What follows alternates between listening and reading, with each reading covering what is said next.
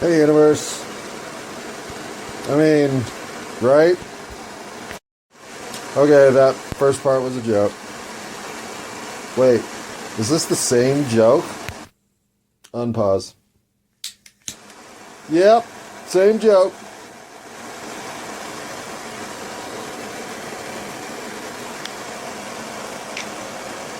Is it funny 19 seconds in? Is it funny on 1.C 3.145? 145? Oh, pi. Pi abuse. Pi abuse. Oh, 3.14159265358975 897 3.14159265358979 Oh, I don't even know if 323 is right. But pi. You know I love you. Are we square on my previous... Oh, I mean, are we back to degree 1? Are we 180 degrees aligned, polarity, symmetrically and universally across all time and space on one axis? Do you know how hard it is to make absurd jokes with mathematics as your material? Well, probably easier than doing so with... what's the worst material for comedy? I mean, my immediate thought was Hillary Clinton. But nope, they've roasted her over the coals so much that I've come around to think that making fun of old Hillary's pretty easy. So... I know they say it's hard to make fun of sexual molestation, but we're not going to try, because that sounds like a stupid thing to do. Instead, what we'll say is that on this planet, where predators are hiding under the most unlikely places, and your spidey sense when it's tingling better be driving you to respect the concern that's currently arising, well... If any such situation is actually occurring for you, there is help. Especially if you're in a situation where you don't think random strangers will help. Crying out for help will get you a lot more attention than you might know. So, if you're ever a child who feels endangered, shout. Shout you need help. And watch how many of us come running to you. I will always be there to help. I don't care who's shouting for it, but especially a kid. Right? Right. Okay, well, in the history of openings, should I also admit to always ceding the right of way to women with strollers, pushing a stroller, or allowing anybody with bags in their arms to get on the bus first? Though you don't want to really offer to take someone's bag anymore, because people get weird about that. Just give them the right of way. And if they look like they need help, say, would you like my help? Not, can I take a bag for you? No, that polite gesture's gone by the wayside. Pause. Okay. And never call back strange women who give you their number when you're loading a Christmas tree on their car. That's the fourth one. That's obvious, right? Okay. So, in review here, Phoebe, always help a kid who is shouting out for assistance. Always cede way to a mom pushing a stroller. Always allow somebody with their arms full of bags to get on the bus in front of you. And what was the last one? Don't call back people who give you their number when all you've done is load their Christmas tree on their car. And a little bit of repartee right before that. What are we saying? 6 minutes a time? 12 minutes total? Maybe? Okay, those are our rules for the day. What's the day? It is the 30th of November. I think I remembered. At 12:50 a.m. So we got on about 12:43 if I had to guess. 1, 2, 4, 3? Sounds about right. And we got on to talk about what? Well, I'm fortunate to have opened my email because you know what? Seriously. I totally missed Cyber Monday. But Harbor Freight doesn't care. They're giving me one more chance to relive the deals that were Cyber Monday. And Spotify is letting me live large. Give me 3 free months of Spotify Premium. Why? Oh, because I've opened the Spotify app probably, 300 times and never once hit the premium button except to go back. So, yeah. The one thing this culture of American largesse and advertisements in every corner. Is there advertisement on the inside of the toilet paper yet? I know they used to print like gag toilet paper with crossword puzzles on them. But why is there not toilet paper with advertising on it yet? Oh, God, I'm so filled with such brilliant ideas. Wait. No. That Night Shift movie with Michael Keaton and Henry Winkler and Shelley Long. Yeah. But Michael Keaton, in that role, he came up with the idea for edible paper. It might have been edible toilet paper, but I'm pretty sure it was edible paper. Anyway, on to bigger and better things. Not that there's anything bigger or better than you, Mr. Michael Keaton. In fact, if I could swap lives with anybody, I might think about you. You seem like you had a pretty good role. Spotify, on the other hand, no grazie. All right. I really did get on here to talk about some. Oh, intellectual property. I know this is a stickler. Because everybody's like, wait, if I invent this, then I fucking deserve all the reward that comes with inventing it. Okay, yeah. I agree. I just don't see that as being the kind of thing where you, 25 years later, are holding some level of patent innovation over an industry and then cloak your innovation in some other flip-flop suppression of emerging technologies to dominate a market that you've dominated by, the twist of one inspirational moment of connective idea? I don't know. What's the idea so fucking phenomenal that you deserve to just kick back and count your gold? What is the idea? Is it Velcro? What is it? Is it Donkey Kong? Which idea? Is it Stephen King's Dark Tower series? Or any of his other dark series? Is it just being Stephen King? Well, no. Maybe it is. I mean, if it's just being, what's the one in LA? The Family? That Bruce, that our Wheaties box champion turned mom of? Well, who are they? The Kardashians. Kim Kardashian. Just being Kim Kardashian. $30 million a year or whatever of revenue generated just by sticking out your hips and pouting your lips. Right? Well, as long as someone wants to look at your hips while they're sticking out and your lips while they're sitting pout. Oh, nobody's looking at mine throwing me dollars. Next lifetime. Okay. What am I talking about? Seriously, what the fuck am I talking about? All right.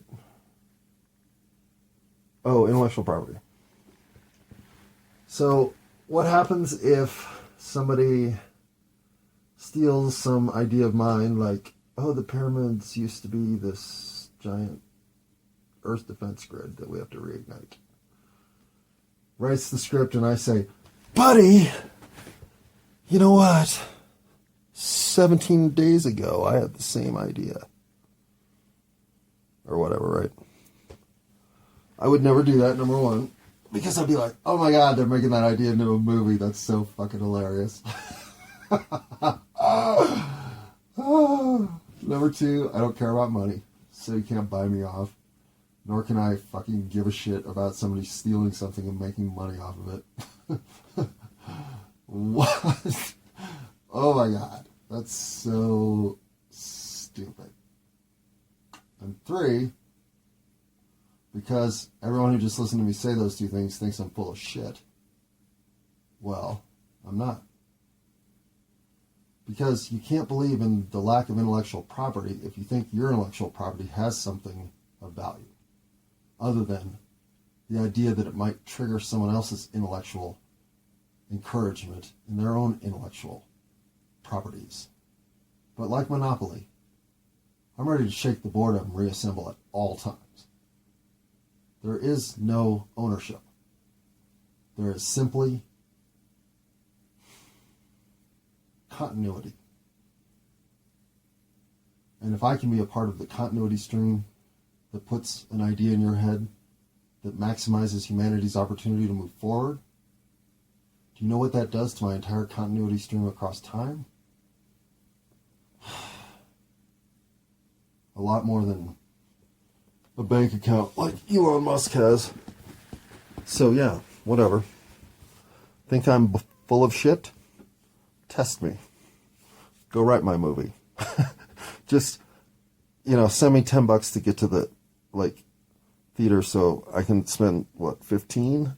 And then between those two purchases, likely have enough to buy a ticket to see the movie? Actually, I won't give a shit. I won't see the movie. I might torrent it later, but I won't see it. Not in the theater. Although Avatar 2 is coming out, I think the last movie I saw in the theater was Avatar. I mean, I don't believe that's actually true because I think I saw one of the Star Wars movies in between.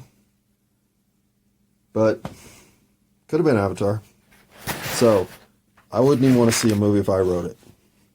Why would I? Why would I write a movie, first of all? Ugh, barf. All right, hang on. I'm going to go do some other... I'm not going to barf. But be right back. Pausing. So basically what I'm saying is, you can't steal my property, intellectual property, because it's not there to be stolen. It's there to be had for free. Like melons on a melon farm where they have too many melons. And no. I'm not saying I have so many good ideas that they're just flopping around on the ground, nothing better to do than to either be plucked or rot. No. I don't have but one. I don't even know if I think, how you going to be? How you going to be? How you going to be? And, I have one other good idea. Let's talk about it next. Hang on. Okay, dokie, smoky. Let's finish this thought. Shit, did I already forget what the thought is? Oh, that's embarrassing. I took a pause because... Oh, mamma mia. Damn it, dia. Okay, well... On to the next thought? Wait, what was the next thought now? Oh, God. Do I really have to double down on losses of thoughts in the same instant? Oh, Phoebe, that's terrible. We better pause and regroup. Aha! That always took a few seconds. My two good ideas, how you gonna be, which I discussed, I think, in the third of 3 episodes, discussing 200 headlines. If I woke up tomorrow and read, I wouldn't be all that fucking flabbergasted anymore. Yeah, I know I talked about how you gonna be on the last one of those. So that was recent. But I don't know if I've ever brought this idea up. In fact, I don't think I've ever spoken this idea out loud to anyone. Maybe I have. Maybe one person. Maybe I've said it on this recording. But here's my thought for how to proceed with, shall we call it, government for and of the people, by the people, in the name and progress of all peoples. Why not government by lottery? Let that sink in. Okay? I shit you not. What the fuck's wrong with it? What do we have in the house? 465? Something? 435? 465? I think it's 465. I don't know. We'll say it's 465. It's 100 in the Senate.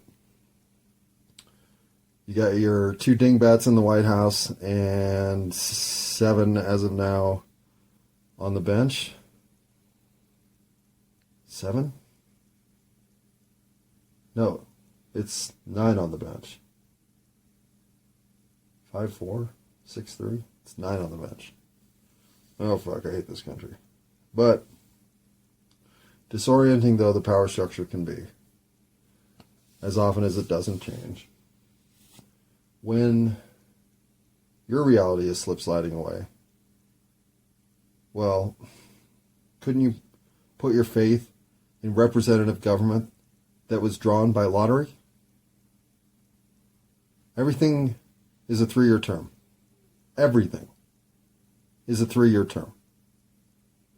You come in to serve, you come in for 3 years. And we're rotating leadership every year across everything. A third of leadership rotates. So what I'm saying is, if there are 465 representatives in our House of Representatives in Congress, well, then every single year I want to see, 155 of them cycled through. Which means that whoever just came in will now be there next year when 155 new people come in, and then the year after will be on their way out as they're being replaced. This is true for everybody. And whoever you are, if for whatever reason your number comes up to fill this role in government, you go fill the fucking role.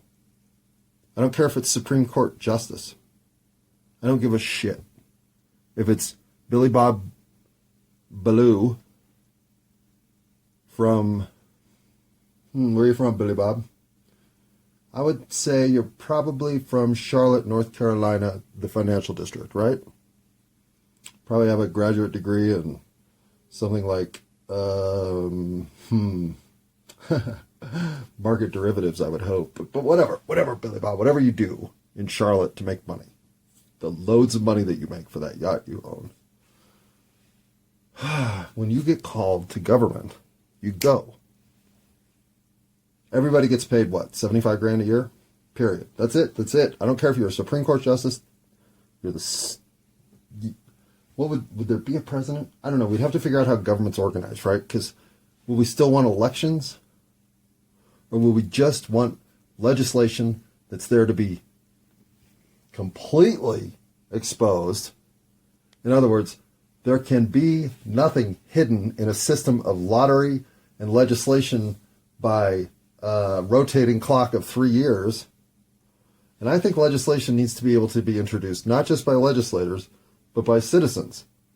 And sure, you have to cross a higher bar to bring legislation as a citizen, but no one should ever be excluded from the process. And just because your lottery number never comes up doesn't make a difference in how much and how involved you can be in legislation by and for the people, especially when for the people means introducing legislation as a citizen is available at the national level. Why isn't it available? Why does it have to come up through a legislator? Oh, we'd be overwhelmed with requests. Well, figure it out. Figure it out. The reason I like taking elections out of it are, as you know, I think elections have all been rigged for a long time. And this just removes even the potential of that. But what if the lottery is fixed? How do we set a lottery to be not fixed? Figure it out. Again, whatever man is involved with, the folly of man can bring down. Okay, this is my best idea. This isn't the best idea, I believe, on the galactic level of governing bodies. I believe somewhere out there in the belt of Orion, they have figured out something even better. But until we come up with something that's at least functional, which I think this would be, then why are we bitching about whether or not it's ethereal. It's progressive compared to what we're dealing with today. So that's my other good idea. I don't even know if that was on my list. It might have been. This truly could have been on my list. On my list. All right. This is the 210th recording. This is the 51st episode of DoUhave.aPoint, which is the 4th season or module of It's All My Fault, which started with, wait, what? Then went to, see, what happened was, then went to Late for Work Again, and is now finally closing the chapter called Do You Have a Point? And considering the first 3 took as long to create as this one took, well, one of the questions I have to ask myself is, what the fuck took so long? Well, there were multiple 6-week breaks.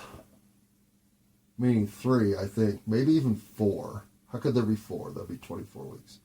There were 3 6-week breaks. So that right there is 18 weeks of dead time. One was in July. I think that one was actually only 4 weeks, or maybe 5. 4, where I would only do 1 or 2 instead of, say, 20. So let's say I'm down, well, 6 weeks. Yeah, in 6 weeks' time, I would definitely normally do 20, if not 25. So the point is, if I'm only doing 3 or 4, then I've really lost all my momentum. I'm not even doing 1 a week, and that's about what it was. So in the summertime, I think I just lost momentum.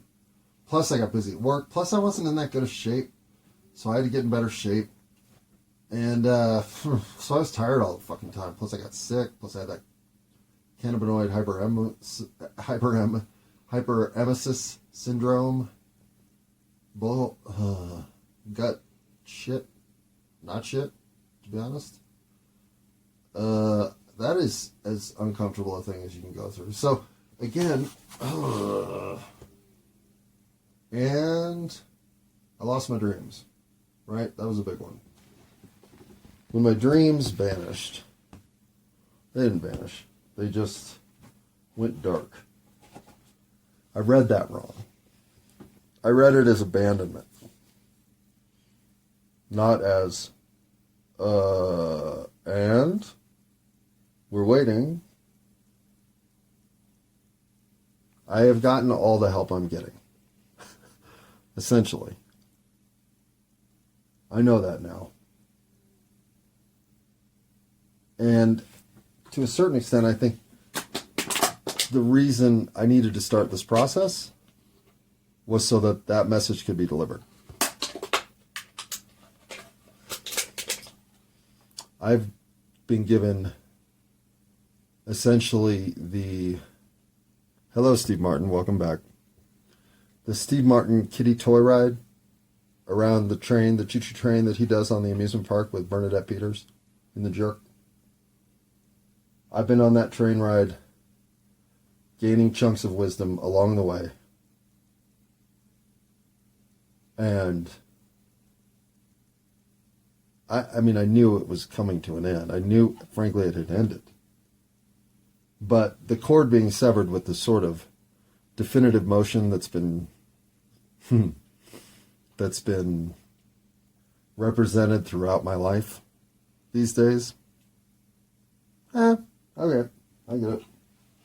Moving on. We get it. Moving on. I admit, I'm late to the fucking party. I'm still over here eating dip. I didn't even know the van had showed up.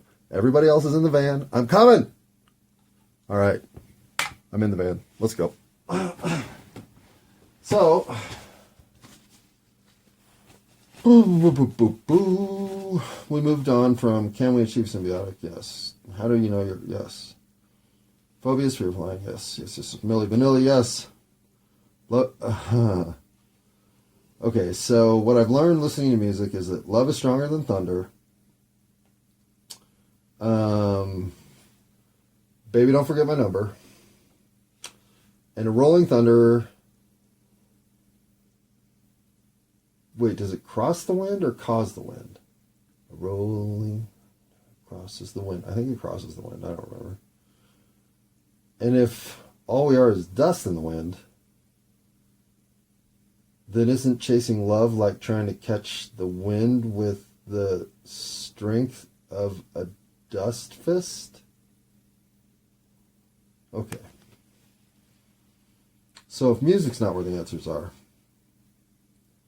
well, what about all the patterns that sound, harmonics, that sitting at the base of a true, what do they call that, a church organ? Pipe organ? The one that will literally have your testicles, excuse me, women, but it will, I'm sure, have something on you vibrating in a way that makes you think just how much experience there is to be had, right? If sound can just do this to you, standing in front of a bass speaker in front of a concert stereo stadium set, or being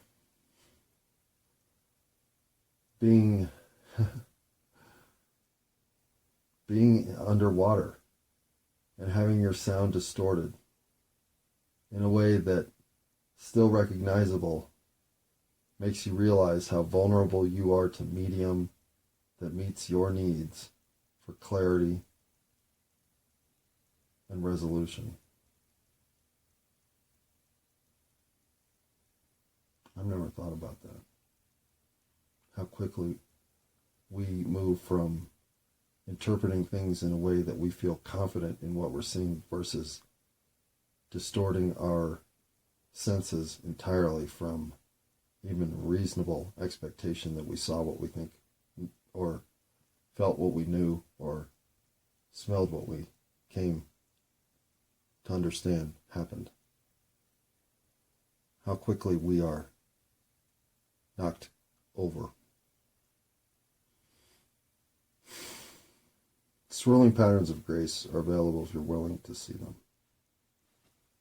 Yeah, they are. And I guess this is the cool thing. If you imagine all of the energies flowing among humanity that we're creating for each other by our actions as disks of various swirling speeds,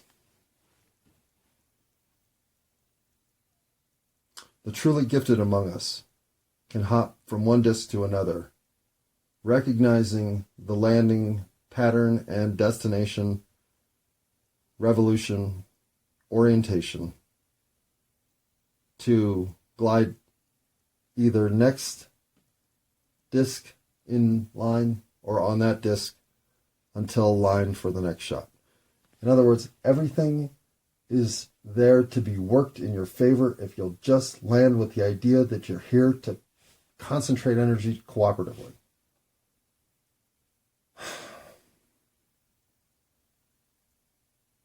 And that's especially true of emotional grace. Kind gestures of recognition of someone just doing even what's customarily expected goes a long way. It swirls these patterns of grace. It starts the eddies flowing. If you're willing to participate in igniting the pools, they'll grow deeper. And when they fall back on you, you'll be amazed at how they're returning favor.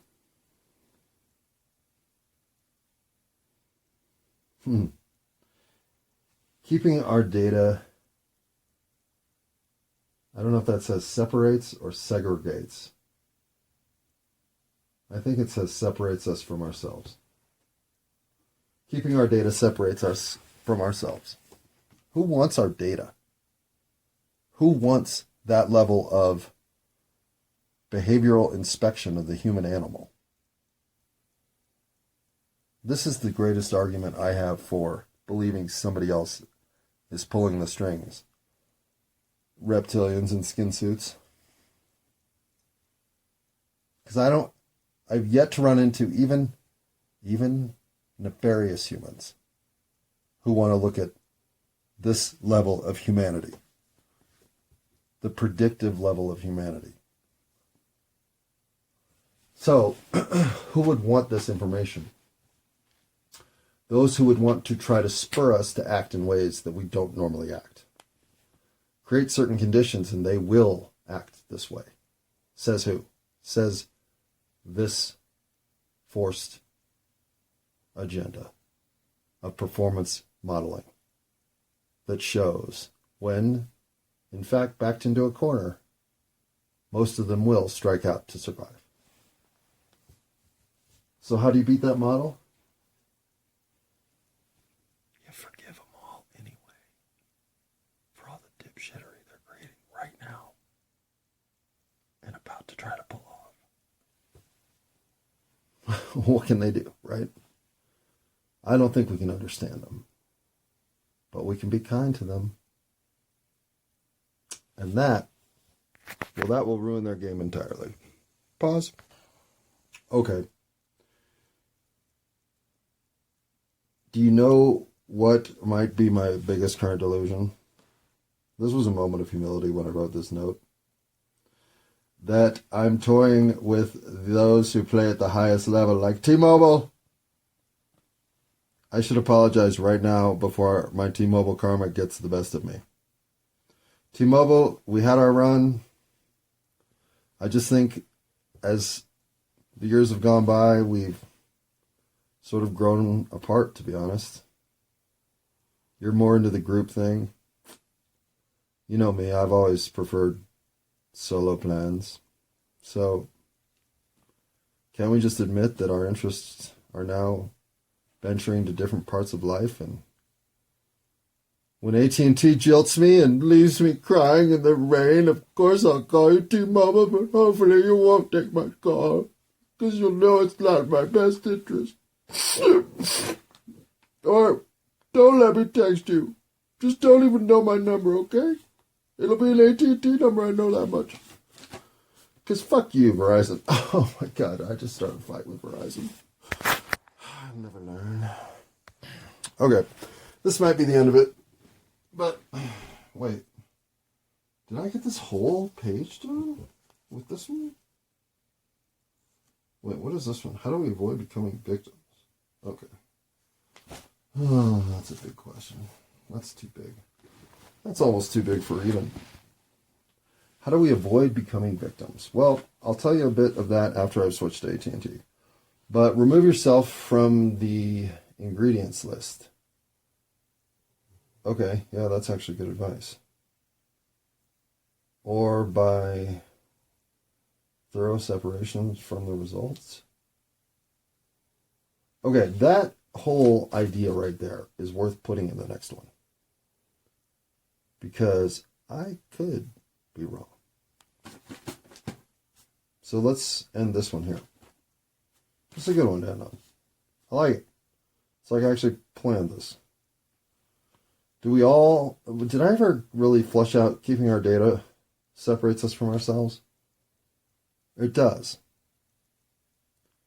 Because it means somebody out there has predictive modeling patterns and access to them about what I will do in conditions that I don't even know are variables colliding to create a model in which I will perform.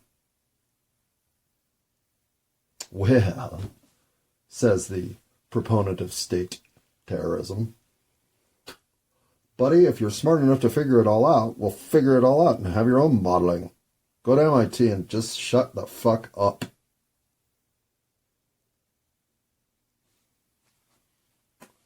I just want to hope that that guy's voice is only 1 out of 100, not like 33 out of 100, which I think is what it is lately. So rather than going further with that, let's just, do we all have an obligation to ferret out the truth?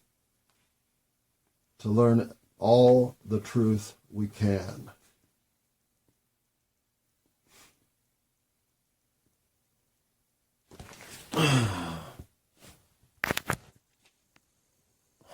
Well, yeah.